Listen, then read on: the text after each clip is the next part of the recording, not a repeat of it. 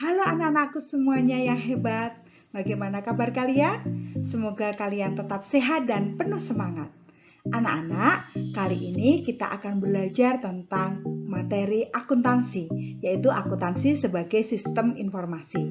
Ini merupakan materi kelas 12 yang belajar tentang akuntansi pada perusahaan jasa. Nah, di pertemuan kali ini kita akan belajar tentang apa itu pengertian akuntansi, apa itu kualitas informasi akuntansi, apa saja prinsip-prinsip dasar akuntansi, dan apa saja konsep dasar akuntansi. Ikuti ya pembelajarannya.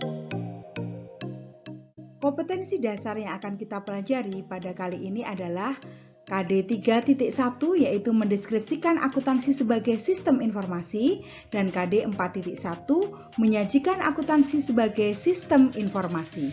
Tujuan pembelajarannya adalah setelah kalian mengikuti pembelajaran, kalian dapat menjelaskan pengertian akuntansi, menjelaskan kualitas informasi akuntansi, menjelaskan prinsip dasar akuntansi, dan menjelaskan konsep dasar akuntansi. Anak-anak, kali ini kita akan belajar tentang kualitas informasi akuntansi, kemudian pemakai informasi akuntansi, prinsip-prinsip akuntansi, dan konsep dasar akuntansi. Ya, untuk bidang-bidang akuntansi, profesi akuntansi, dan etika profesi akuntansi akan kita pelajari pada pertemuan selanjutnya. Apa pengertian tentang akuntansi?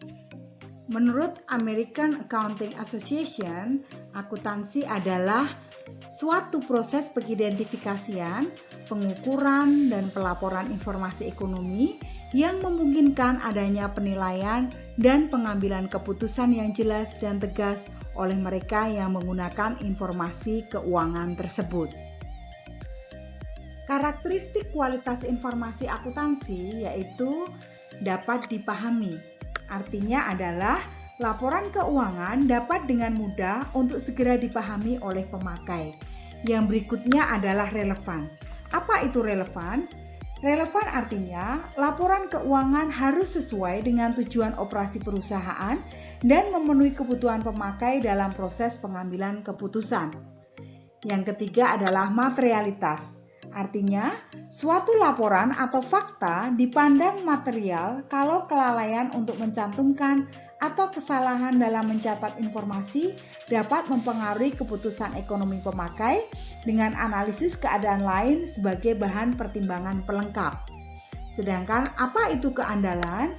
Yaitu informasi laporan keuangan harus bebas dari pengertian yang menyesatkan, kesalahan material, dan dapat diandalkan pemakainya sebagai penyajian yang tulus dan jujur. Kualitas informasi akuntansi yang selanjutnya adalah penyajian jujur atau faithful representation. Artinya, informasi akuntansi harus menggambarkan dengan jujur transaksi serta peristiwa lainnya yang seharusnya dijadikan atau yang secara wajar dapat diharapkan untuk disajikan. Yang berikutnya yaitu substansi mengungguli bentuk. Artinya apa? Jika informasi dimaksudkan untuk menyajikan dengan jujur, maka transaksi perlu dicatat dan disajikan sesuai dengan substansi dan realitas ekonomi dan bukan hanya bentuk hukumnya. Kemudian berikutnya adalah netralitas. Artinya, informasi akuntansi harus diarahkan pada kebutuhan umum pemakai dan tidak bergantung pada kebutuhan dan keinginan pihak tertentu. Kualitas informasi akuntansi yang berikutnya yaitu pertimbangan sehat. Artinya apa? Informasi yang disajikan mengandung unsur kehati-hatian pada saat melakukan perkiraan dalam kondisi ketidakpastian. Yang berikutnya adalah kelengkapan. Artinya adalah informasi dalam laporan keuangan harus lengkap dalam batasan materialitas dan biaya. Dan yang terakhir adalah dapat dibandingkan. Artinya, informasi akuntansi harus dapat dibandingkan dengan laporan periode sebelumnya dan dapat dibandingkan dengan perusahaan lain yang sejenis. Informasi akuntansi yang disajikan dalam bentuk laporan keuangan memiliki kegunaan bagi berbagai pihak. Kegunaan tersebut diantaranya adalah pihak intern dan pihak ekstern. Yang disebut dengan pihak intern adalah manajer dan pimpinan perusahaan. Bagi manajer perusahaan dan pimpinan perusahaan, informasi akuntansi digunakan untuk menyusun perencanaan dan pengawasan terhadap operasional perusahaan atau jalannya perusahaan, mengevaluasi kemajuan yang dicapai dalam usaha mencapai tujuan, dan melakukan tindakan koreksi yang diperlukan.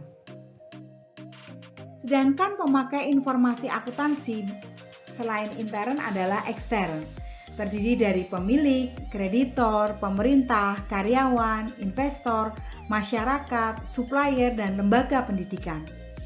Nah, untuk pemilik, apa kepentingannya terhadap informasi akuntansi? Bagi pemilik, akan mengetahui maju mundurnya perusahaan. Sedangkan bagi kreditor, ini untuk mengetahui apakah perusahaan mampu mengembalikan pinjaman yang diberikan sekaligus dengan bunganya tepat waktu ataupun pada saat jatuh tempo. Sedangkan bagi pemerintah, informasi akuntansi ini diperlukan untuk menentukan besarnya pajak yang harus ditanggung oleh perusahaan ataupun alokasi sumber daya dan informasi akuntansi untuk menetapkan kebijakan pajak dan sebagai dasar untuk menyusun statistik pendapatan nasional dan statistik lainnya. Bagi karyawan, informasi akuntansi ini diperlukan untuk mengetahui stabilitas dan profitabilitas perusahaan. Selain itu, informasi akuntansi diperlukan juga untuk menilai kemampuan perusahaan dalam memberikan balas jasa atau gaji, manfaat pensiun, dan pembukaan lapangan pekerjaan atau kebutuhan tenaga kerja. Sedangkan bagi investor, informasi akuntansi ini diperlukan untuk mendapatkan bagian laba bagi perusahaan ataupun juga untuk membantu menentukan apakah harus membeli atau menjual investasi tersebut. Sedangkan bagi masyarakat, informasi akuntansi ini dapat memberikan kontribusi yang berarti pada perekonomian nasional, termasuk jumlah orang yang dipekerjakan dan perlindungan kepada penanaman modal domestik. Sedangkan bagi supplier, informasi akuntansi ini adalah digunakan untuk memastikan bahwa perusahaan dalam tenggang waktu yang lebih pendek daripada pemberi pinjaman, kecuali jika sebagai pelanggan utama mereka tergantung pada kelangsungan hidup perusahaan. Kemudian, sebagai lembaga pendidikan, informasi akuntansi ini diperlukan untuk mengetahui jurusan-jurusan apa yang diperlukan oleh perusahaan.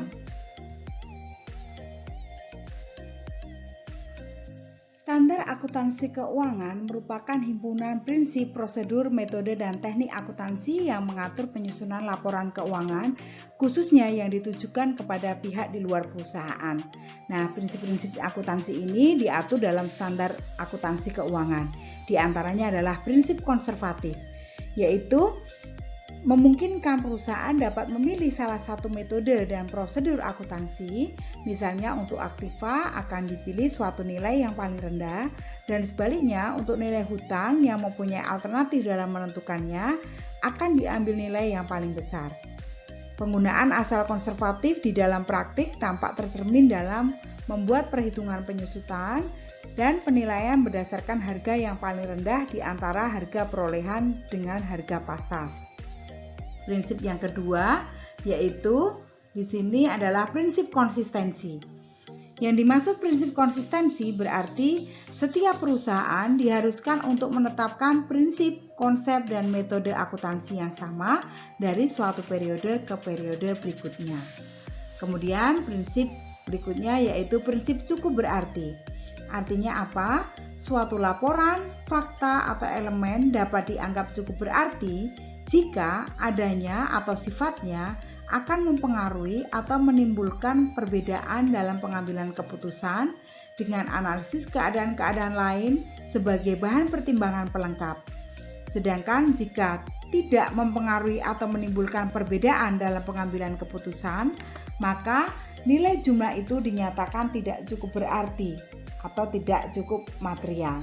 Contohnya adalah ketika terjadi selisih sebesar Rp10 dari jumlah total 10 juta, maka jumlah Rp10 ini dianggap jumlah selisih yang tidak berarti.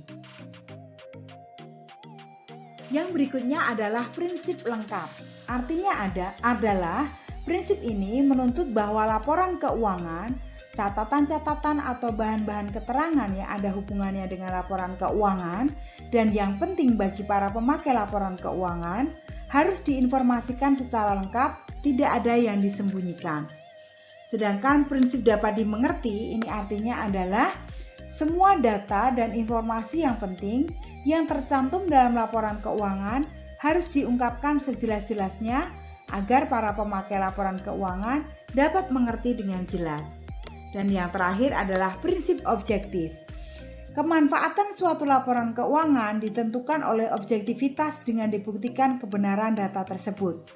Prinsip ini diharapkan guna menghindari terjadinya penilaian yang salah yang membawa konsekuensi salahnya interpretasi dan kesimpulan.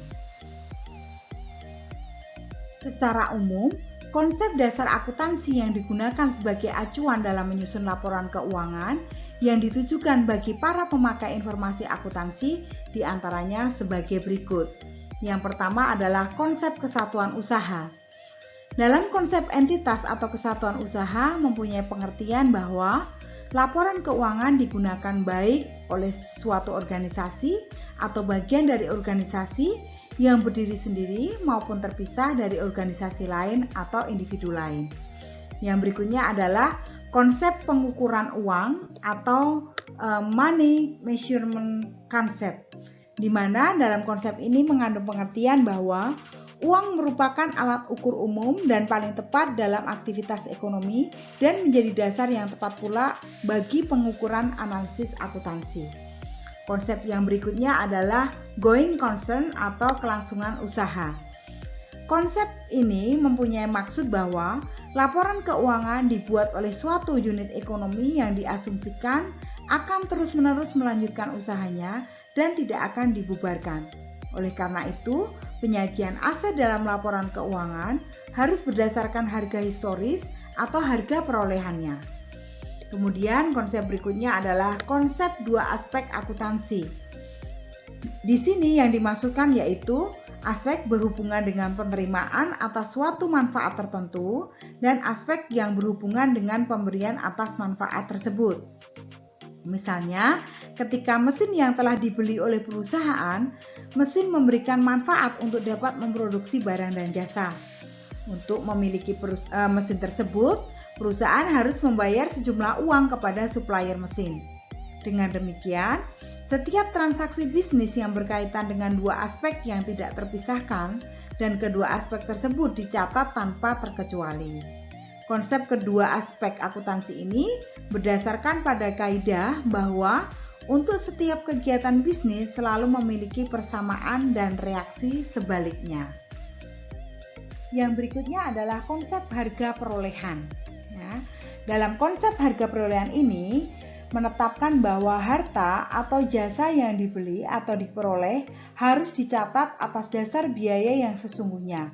Contoh misalnya, ketika perusahaan membeli mobil seharga 200 juta, biaya angkut 5 juta, dan biaya pemasangan dan percobaan 5 juta, maka harga perolehan mesin tersebut adalah 210 juta.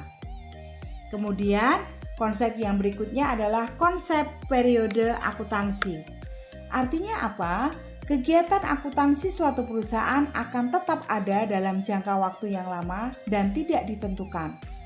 Untuk mengetahui hasil operasi atau laba rugi dan penyajian posisi keuangan untuk periode tersebut, biasanya pencatatan dilakukan untuk periode 1 tahun sesuai dengan kalender tahunan sebagai tahun laporan keuangan.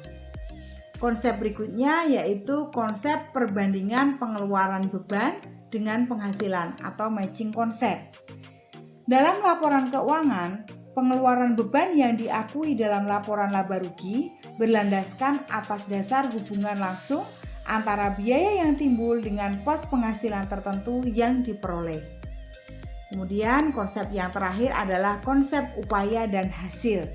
Artinya di sini adalah berimplikasi pula pada konsep upaya dan hasil dalam akuntansi, memberikan implikasi bahwa biaya adalah upaya dalam rangka memperoleh hasil yang dalam hal ini disebut dengan pendapatan.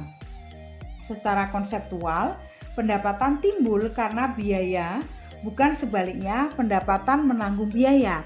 Artinya, pendapatan sudah dapat diakui meskipun belum terrealisasi karena adanya pengeluaran atau upaya entitas dalam melakukan kegiatan produktifnya. Demikian anak-anak pembelajaran kita hari ini. Semoga apa yang Ibu sampaikan bermanfaat. Terus semangat, terus belajar, terus fokus pada cita-cita kalian, raih dan lampaui mimpi kalian. Kita lanjutkan pada pertemuan selanjutnya. Terima kasih.